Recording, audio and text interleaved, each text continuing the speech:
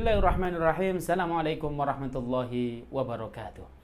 Alhamdulillah wa nusalli ala rasulillah. Bismillahirrahmanirrahim wa alaihi natawakkal. Teman-teman yang saya cintai dimanapun antum berada, bahwasanya perbedaan itu terjadi bukan hanya di era modern ini, tetapi di era tabi'in, di era sahabat, di eranya baginda Nabi Muhammad SAW itu terjadi. Kita ambil contoh beberapa kasus yang ada di era tabi'in maupun sahabat maupun yang ada di baginda Nabi Muhammad SAW. Suatu ketika baginda Nabi Muhammad SAW berkata kepada para sahabat, "La yusallina ahadakum illa fi al-asr illa fi Bani Quraidah." Jangan kalian sholat asar kecuali di Bani Quraidah. Lah ini satu kata terjadi dua pemahaman.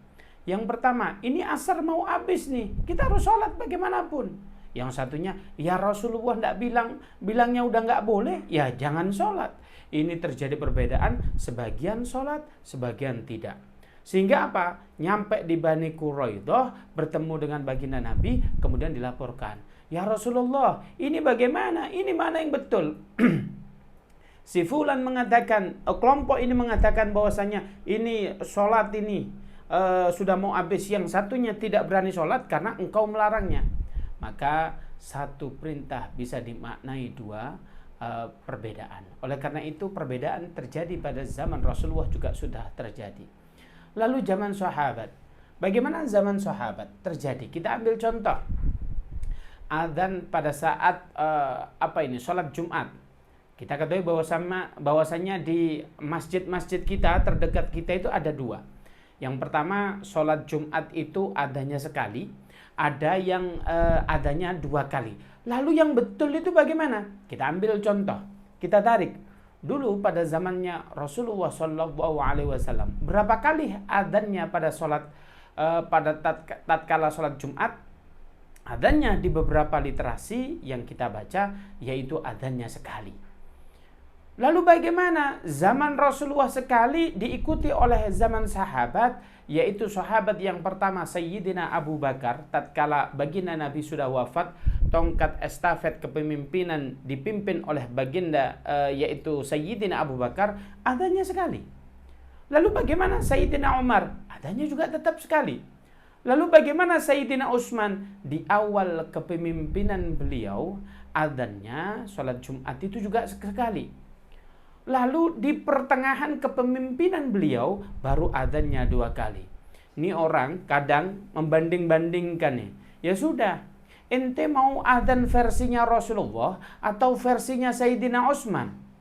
Kalau ada orang yang berkata, ya sudah jelas kita ikut versinya Rasulullah. Kalau Anda mengatakan versinya Rasulullah itu lebih bagus, maka Anda sama dengan mengatakan, loh, Anda berarti mengatakan bahwasanya Rasulullah kurang pandai memilih menantu. Loh kok bisa? Iya, Sayyidina Utsman itu mendapatkan gelar Dzunnuraini. Cahayanya baginda Nabi, putri-putri Rasulullah. Pertama, putri Rasulullah dinikahi oleh Sayyidina Utsman. Tatkala putri Rasulullah meninggal, baru putri yang lain juga dinikahi oleh Sayyidina Utsman. Kalau Sayyidina Utsman melakukan itu tidak benar, emang Nabi nggak bisa milih menantu yang lebih bagus? Maknanya enggak itu. Bahkan Sayyidina Utsman itu orangnya sangat pemalu. Bahkan Nabi Muhammad itu kalau didatengin Sayyidina Abu Bakar biasa saja, nggak rapi-rapi. Didatangi oleh Sayyidina Umar, ya biasa saja. Pada dasarnya baginda Nabi sudah rapi. Tetapi didatangi Sayyidina Utsman, beliau rapi-rapi. Ditanya oleh sahabat, kenapa? Karena Sayyidina Utsman itu orangnya pemalu. Sampai malaikat segan. Lah terus kita, siapa kita? Malaikat tidak segan, malaikat tidak malu. Tapi kita berani-berani yang membandingkan antaranya versi Rasulullah dengan versi Sayyidina Utsman. Maka ini harus kita kaji, kenapa kok berubah? Pada saat itu, suatu ketika ada sholat Jumat. Maka pada saat kita ketahui bersama, pada zamannya Sayyidina Utsman itu terjadi banyak divisi yang dibuka oleh Sayyidina Utsman. Di antaranya divisi kalau zaman sekarang itu para kementerian sudah ada. Dulunya belum ada, zamannya Sayyidina Abu Bakar dengan Sayyidina Umar, zaman Sayyidina Utsman sudah ada. Begitu juga pelebaran wilayah keislaman ini juga lebih luas. Oleh karena itu banyak kesibukan. Ekonomi sudah mulai berkembang dan luar biasa. Pada saat itu kita semua ini sudah sholat Jumat. Pada saat itu ada beberapa kelompok datang. Ini kenapa ini? Jumat kok nggak ada Jumatan? Apa Jumatannya libur? Enggak libur. Lah terus kenapa ini kok nggak ada sholat Jumat? Iya, ini sudah selesai. Masya Allah, kita nggak bisa sholat Jumat dong. Maka kasus ini disampaikan kepada Sayyidina Utsman. Sehingga Sayyidina Utsman memutuskan azannya 2 kali. Sehingga adzan pertama agar supaya orang-orang sekitar mendengar, sehingga mulut ke mulut menyampaikan sampai kemana, ke ahli suk, orang-orang yang ada di pasar. Sehingga apa? Adzan kedua mereka sudah sampai di daerah masjid tersebut. Maka kaidahnya adalah al-hukmu yadullu ma'al illah. Hukum itu ditetapkan berdasarkan illah atau keadaannya. Keadaannya apa? Dulu nggak ada namanya sound system. Sehingga apa? Ya sudah, tidak apa-apa. Berarti boleh ilahnya. Zaman Rasulullah gak begitu meluas, sekarang meluas. Maknanya zaman Rasulullah betul, zaman Sayyidina Utsman juga betul. Nah kita tarik zaman sekarang. Zaman sekarang kita lihat di Mekah Al-Mukarramah. Itu adzannya kalau salat Jumat berapa kali? Adzannya berapa kali? Apa? Ada yang jawab wallahu a'lam, enggak ada hukum wallahu a'lam itu.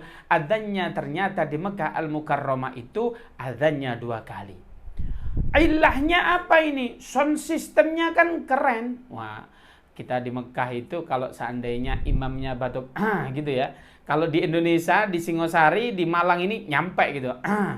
Kok bisa Ustaz? Iya, itu live streaming biasanya di YouTube gitu. Langsung itu terdengar. Oleh karena itu sekarang sudah tidak ada halangan untuk yang namanya ilahnya sound system. Lalu bagaimana? Ini nggak ada ilahnya. Kenapa kok dibikin 2 kali? Itu bid'ah dong. Anda berani membid'ahkan ulama-ulama Saudi di sana? Berani membid'ahkan? Ternyata kita tidak bisa membid'ahkan karena di sana ada ilahnya. Apa ilahnya? Nah, ini harus kita kaji.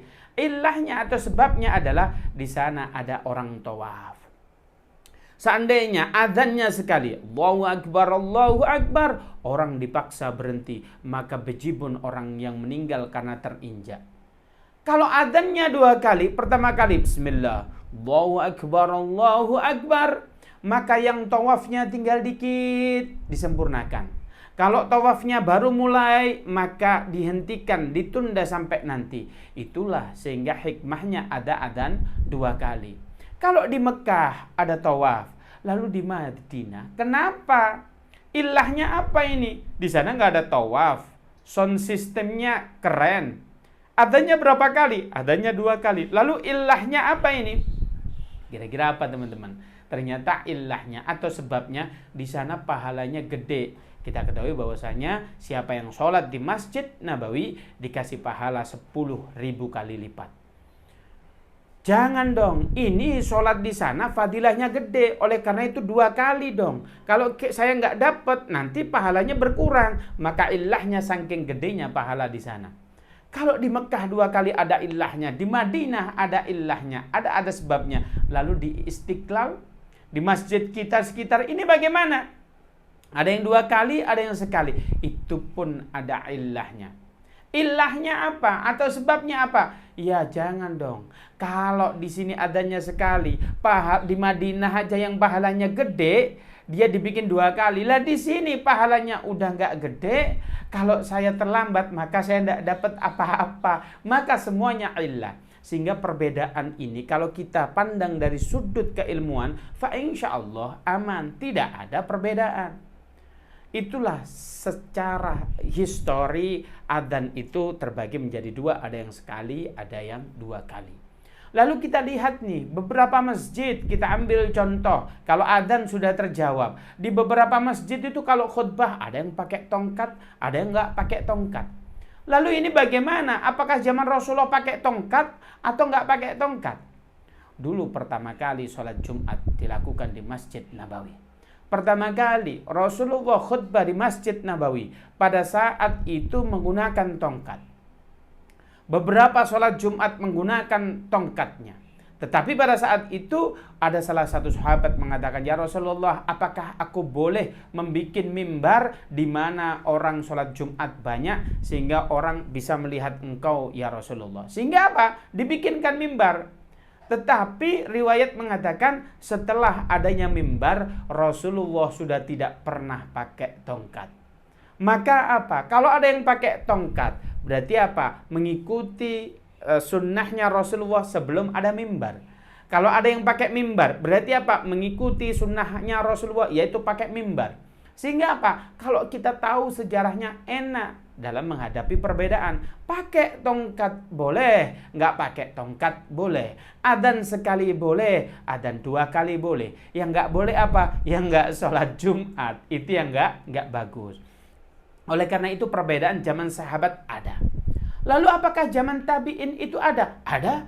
Zaman tabi'in itu ada. Kita lihat. Ada al-a'immah al-arba'ah. Kita kenal dengan 4 madhab. 4 madhab ini dalam menyikapi beberapa hal biasanya beda. Kita lihat.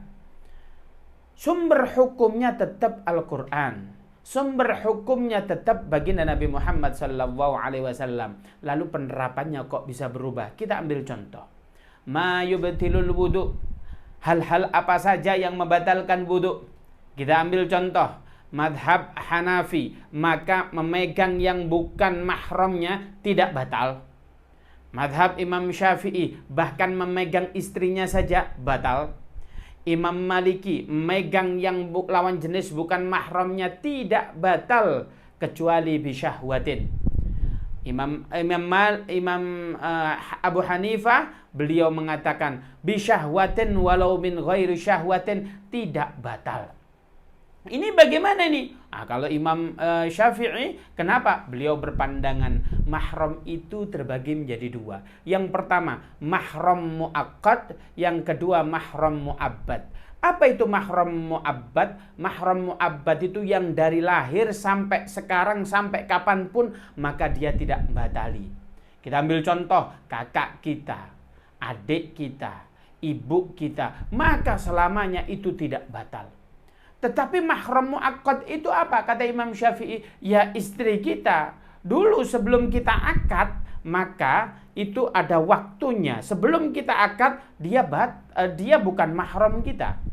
Sehingga apa? Dikatakan dia mahram muakkad, menurut Imam Syafi'i membatalkan. Sehingga apa? Kalau ada di antara kita, ada orang megang istrinya batal, ya boleh pakai madhab Syafi'i.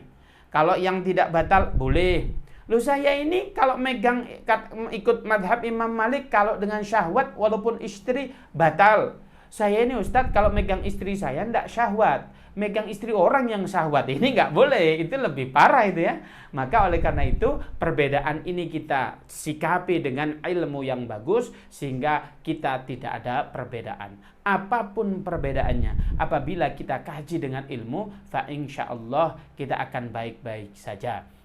Perbedaan bukan segi sudut agama. Perbedaan kita yang lagi viral ini dalam memilih pemimpin pun, maka kita harus jeli. Beda boleh, tetapi tidak boleh menyamakan dengan kehendak. Ente harus ikut pilihan aneh. Jangan dipaksakan. Karena semua calon-calon yang ada ini calon terbaik bangsa. Sehingga apa? Siapapun yang dipilih rakyat harus jujur dan adil. Itulah perbedaan. Barangkali bekal sedikit perbedaan ini bisa kita merespon perbedaan dengan baik. Sehingga apa? Maka respon kita tatkala kita beda dengan pilihan dengan teman kita biasa saja karena kita tahu ilmunya. Yang kita bahas contohnya tadi baru sedikit, di antaranya adzan, di antaranya pakai tongkat, di antaranya hal-hal yang membatalkan wudu dan lain sebagainya. Tentunya kita tidak bisa membahas berbagai contoh karena saking banyaknya. Apa itu saking?